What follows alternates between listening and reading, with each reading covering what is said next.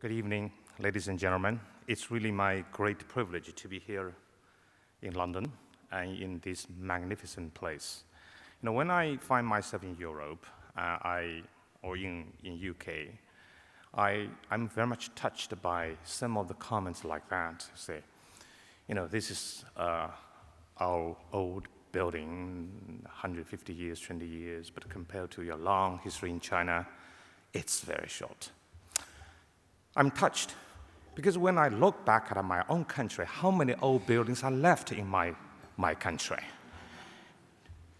For sure, our wrecking balls and bulldozers work very efficiently. I hope we would keep whatever is ancient, traditional, not simply on the ground, but also in our mind.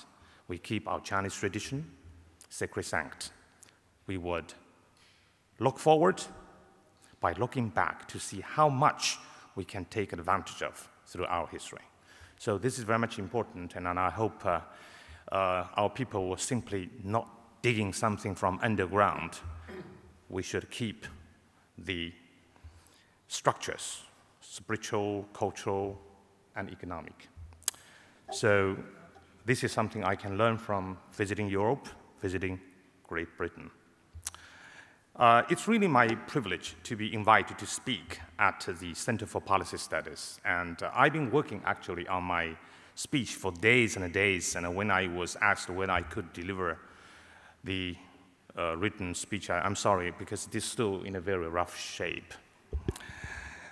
I would like to focus on three main issues and leave the others for Q&A. The first is the reflections on the Eurozone sovereign debt crisis. It's not as intelligent as reflections on the French Revolution. It's very lower-end kind of thing. But we are watching the unraveling of the Euro debt problems, every day. So this is something very much important for us to understand. And the second is understanding China in its true perspective. I put this actually as an issue for our friends in Europe. How can you look at China in its true perspective? I find there's been so many misunderstandings, misconceptions about my country. So I'm going to tell you something which probably you cannot find from the Western media. And lastly, I will talk about efforts towards better cooperation between China and the UK in particular, between China and Europe in general. How about Chinese economy? Leave this to you for your questions, but I will touch on some of the burning issues facing us. If this is okay, Lord Sarge, I will proceed. First, reflections on the Eurozone sovereign debt crisis. Three problems feature prominently in the handling of the Eurozone debt crisis. The first is lack of leadership. Eurozone has been wallowing in sovereign debt crisis for 2 years now. The risk, in my view, is not the inability to walk out of the woods. Rather, the risk is the political gridlock heading for the deep of the woods. As things now stand, apparently the debt crisis is actually much less devastating than the handling of this crisis.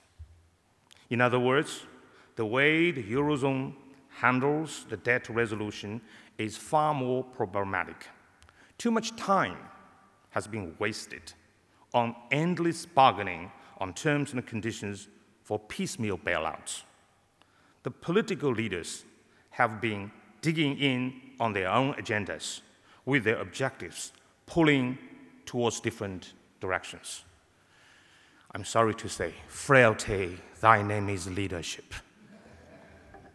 Europe may be different from emerging Asia in various dimensions, but this argument would be a bit stretched when it comes to economic management.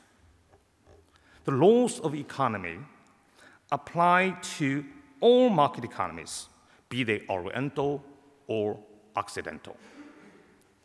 In the aftermath of East Asian financial crisis in 1997-1998, I was deeply involved in the negotiations with those countries about currency swaps, debt work, these kind of issues. Those emerging economies in distress had to implement tough IMF-imposed austerity programs, but tried their best to navigate growth engine without much delay.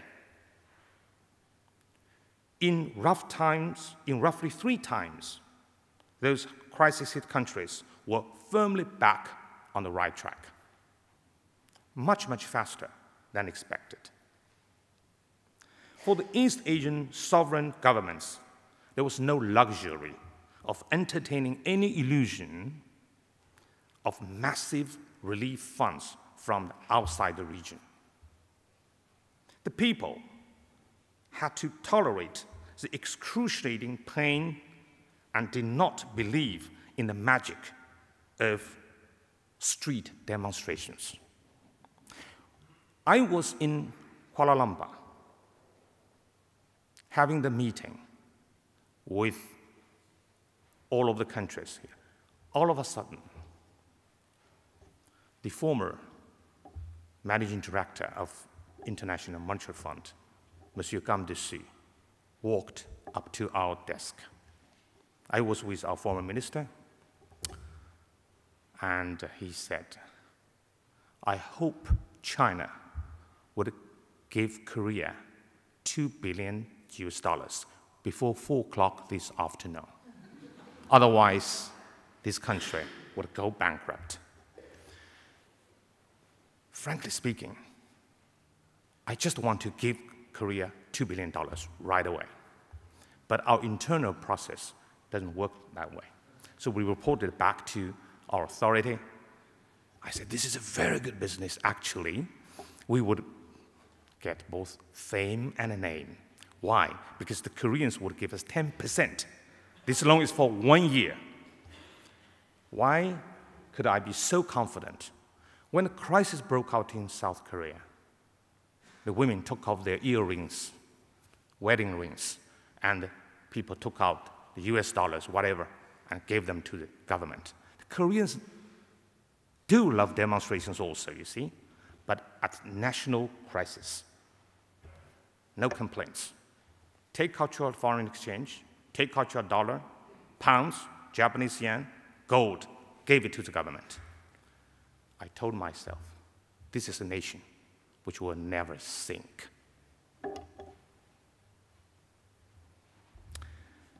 China contributed to stabilizing the situation by keeping our currency exchange rate stable, thereby easing the pressure on our neighboring countries.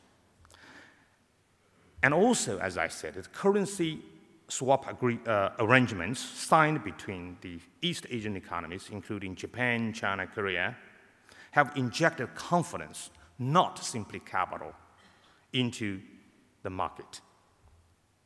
Emerging Asia has been doing fine, and this is due in no small measure to the efforts by the governments to improve their macroeconomic performance on sound policies and governance at the national level and corporate level. The second issue is about short-termism in debt workout strategy. Short-term strategy, this is what I said, sounds like an oxymoron. If you say you have a strategy, it couldn't be short-term. If it's short-term, it's not strategy. Yes, it sounds like an oxymoron, but actually, this is reality. I think, I'm sorry to say this, European countries have enjoyed a good life for too long. I know in economics, there's kind of a discussion. Professor Danny Kwai is here. It's a great moderation. By great moderation is meant very smooth business cycles, thanks to the great macroeconomic policies, particularly monetary policy, by the major developed countries. And even Mr. Bernanke said proudly, we enjoy very good economic performance because our macroeconomic policies are mature, sophisticated. So people do enjoy or have enjoyed a very good life. I'm sorry to say, no paradise is without paradoxes. Now's the time to look at the way you treat your macroeconomic policies and all kinds of social programs. So even in the negotiation for bailouts, short-termism strategy seems to be playing a big role.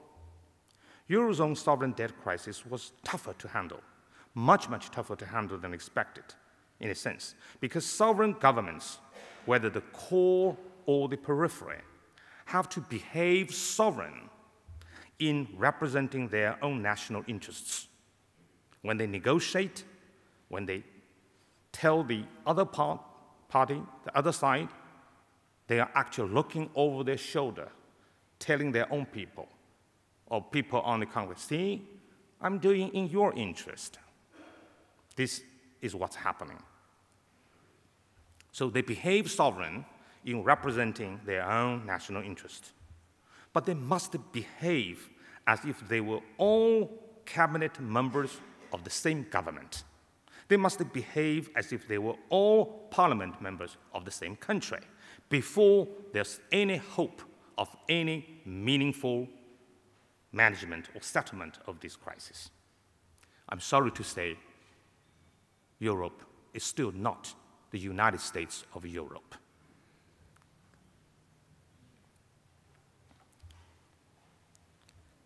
So, ever since that crisis broke out, there has never been a master plan for a resolution, and there was only plan A, never plan B.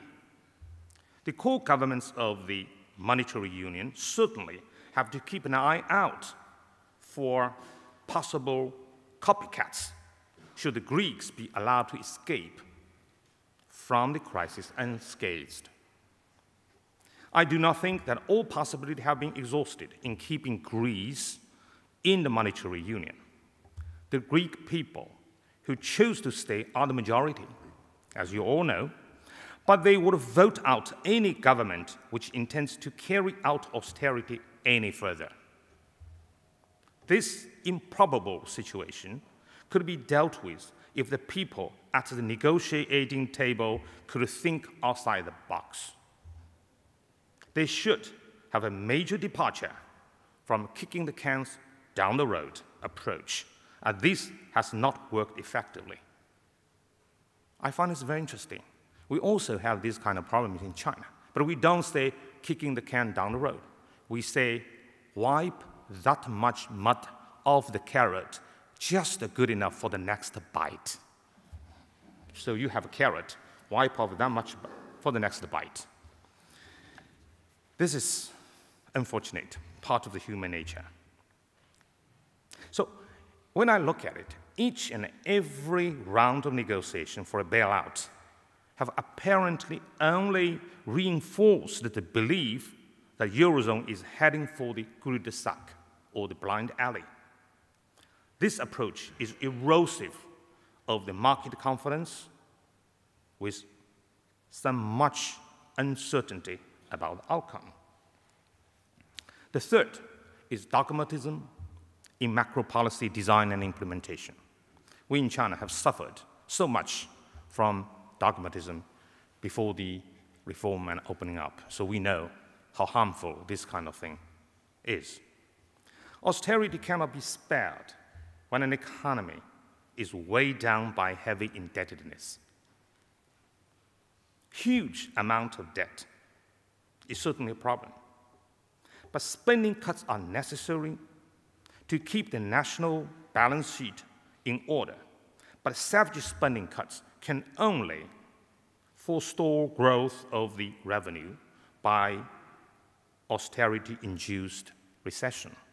This is economics 101. But why this is still happening? In China, we attach great importance to growth. It's like cycling. You can only keep balance by going forward. You cannot keep balance by staying put. This seems to state obvious. But until now, arguing for growth was taboo. As in the case of Greece, draconian spending cuts intended to solve the problem of extravagant spending over the years will be hard to implement. People could tolerate austerity, but only up to a point. Nicolas Sarkozy's oust could not be more enlightening. The governments of the distressed countries have no alternative but to wield the axe.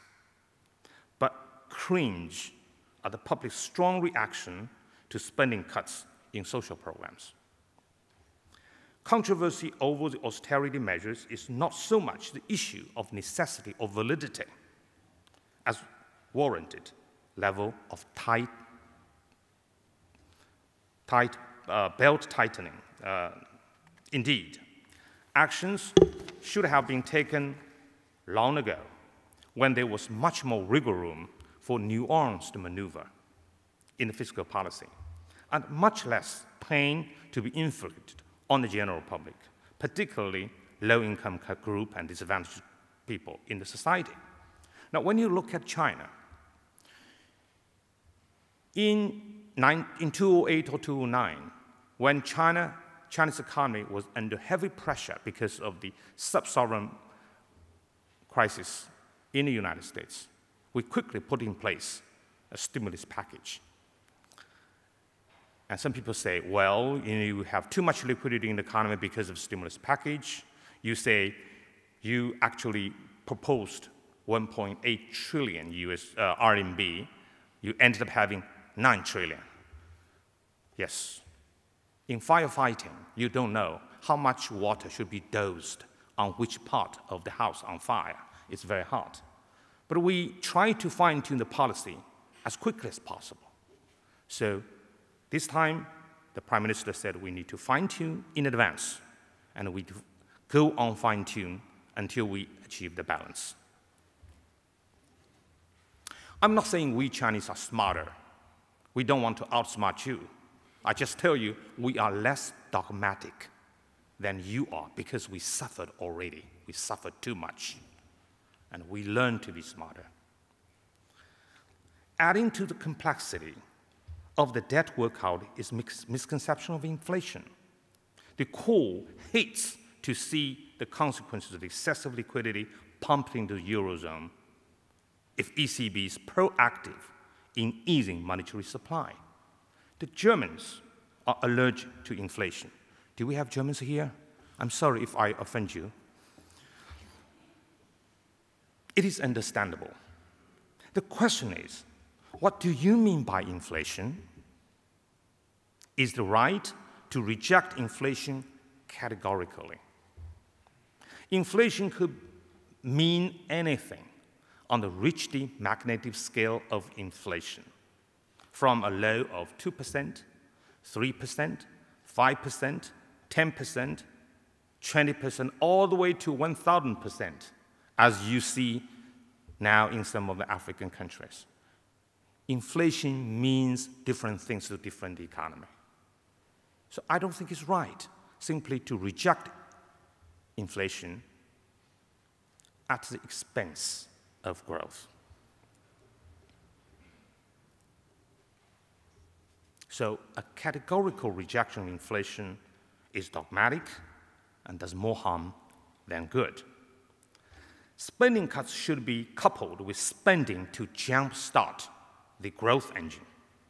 Overdue fiscal consolidation, however, does not justify excessively fanatic deficit cutting at one fell swoop.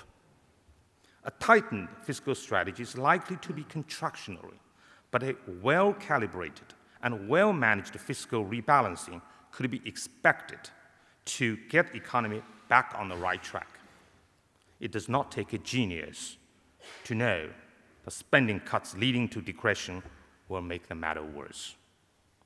All this seems to be very clear and simple, but still, it seems hard for the Eurozone to address these challenges as it should. These lessons are important for the emerging market economies as they advance toward the higher income level, as the economy grows and wealth accumulates, as is happening in China. Political and social complexity tends to intensify accordingly. The disease suffered by the advanced countries could befall the emerging market economies as well, which are unlikely to be immune to the same economic and social problems upon entering a higher level of development. So we should not be complacent. Complacency and euphoria often breeds excesses and tragedy. So much for Europe. You know more than I do. Let me move on to a different issue. Understanding China in its true perspective. Communications between European countries and China has greatly enhanced mutual understanding over the recent years. Thanks to increased trade and cross-border investment between us and people-to-people contacts.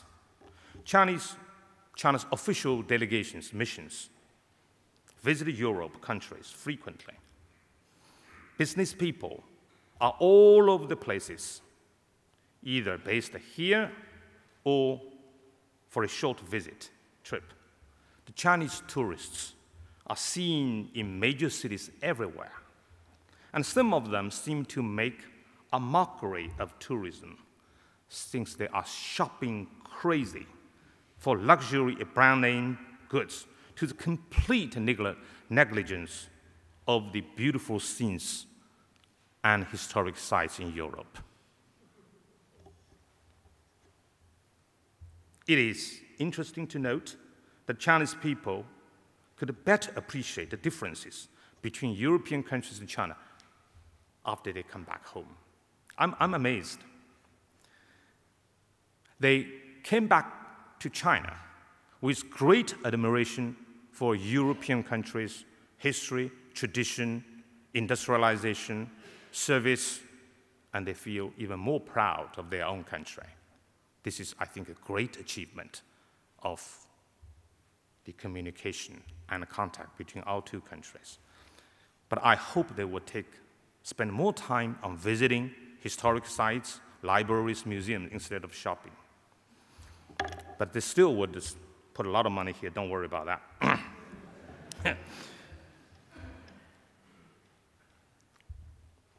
I think what has happened in other parts of the world has convinced the Chinese people of the basic fact that China has achieved great progress in economic and social development, that the Chinese people could, for the first time through 2 centuries almost in history, enjoy a living standard which is getting closer and closer to developed countries. And that they could be patient in dealing with some of the undesirable situations in China. They could be more tolerable of the problems they are faced. They know it takes time to deal with these challenges in China. From the Western countries' perspective, there are too many problems facing China today.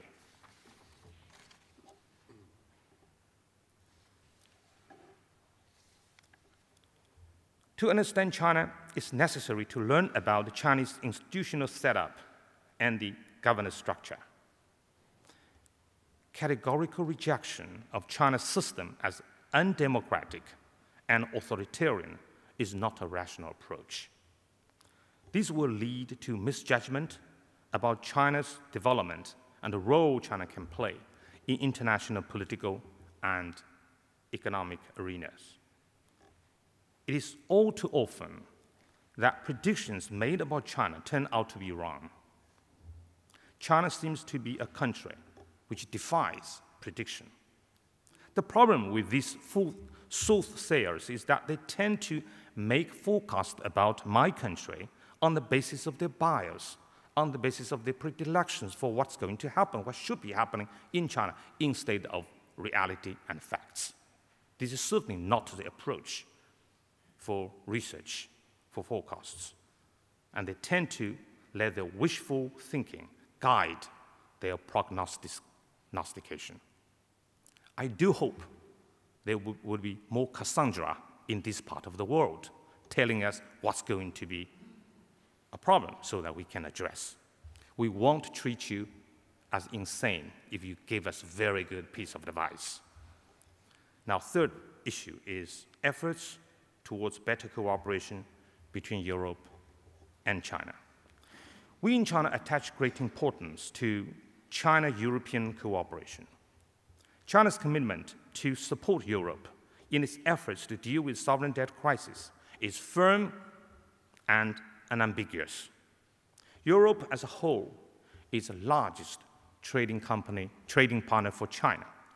This is important for both China and European countries, particularly at this time when trade would play a role in helping these countries out of the woods. But for our cooperation to be sustained and to bring tangible benefits to our peoples, European countries should treat Chinese business companies fairly and equitably. We still feel some invisible impediments to our investment in some of the countries in Europe, not UK. Thank you very much. That's why we put so much money in this country. And we hope that these impediments could be removed. This is a time when liquidity is crucially needed. And this is time that European countries should be more open to capital inflows. I said we feel UK is being very open to Chinese capital inflows because I personally could feel it. When we in CIC invest in this country, we really feel a very cordial reception to our investment. 2 years ago, I came here to attend a breakfast meeting hosted by the former Prime Minister, Mr. Gordon Brown. He invited 20 CEOs from big companies across the world. 3 came from China. I was one of them. And this is really very, very encouraging to me. What should we do? I think, first of all, we should make ourselves better understood by European countries when we make investment. We would like to tell you, first of all, we would only pick the sectors and the companies which will not be considered sensitive from your perspective. We will not do anything which would be misconceived as a threat to your national security. I know European countries have very high moral standard, so we won't do anything in terms of gambling. We won't do anything in terms of tobacco. Don't worry about that. We would not do anything which would be a problem for your beautiful land, which means we will be environment friendly. But having said that, let me share with you my discussions with some of our friends recently. Some people ask me the question, do you mind if you invest in nuclear power stations? I said, no, I don't mind. You may really think it's a problem. But I said, no, it's all right.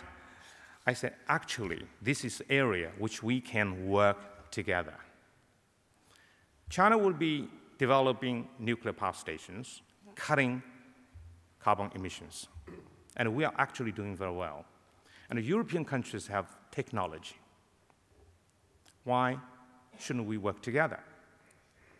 But so far, we do not want to touch this because of the so-called concern about national security threat. But this is really a bogus issue. 30 years ago, when I was in the United States, right after 3 Mile Island disaster, I asked a a friend of mine who's a nuclear engineer. I said, why this has happened? He said, yes, it's rudimentary mistake, human error. And I said, why has this happened? And he said, it's rudimentary human error. He said, because the anti-nuclear power sentiment, talents, would not pick this as their profession, because there's no future. Why do you waste your life, whole life, working on nuclear power? So, talents go to other areas, to be a lawyer, to be a financier, to be a banker, never to be a nuclear engineer. That's why the quality of the team, professionals, engineers, and skilled labor continue to deteriorate. 30 years later, I find this is even more enlightening. If we humans can produce foolproof cameras, why not foolproof nuclear power stations? This does not mean we are very keen, but I just take this as kind of example, telling you a lot of concerns over the so-called national security actually has nothing to do with your security. The most serious insecurity is lack of growth. Thank you very much.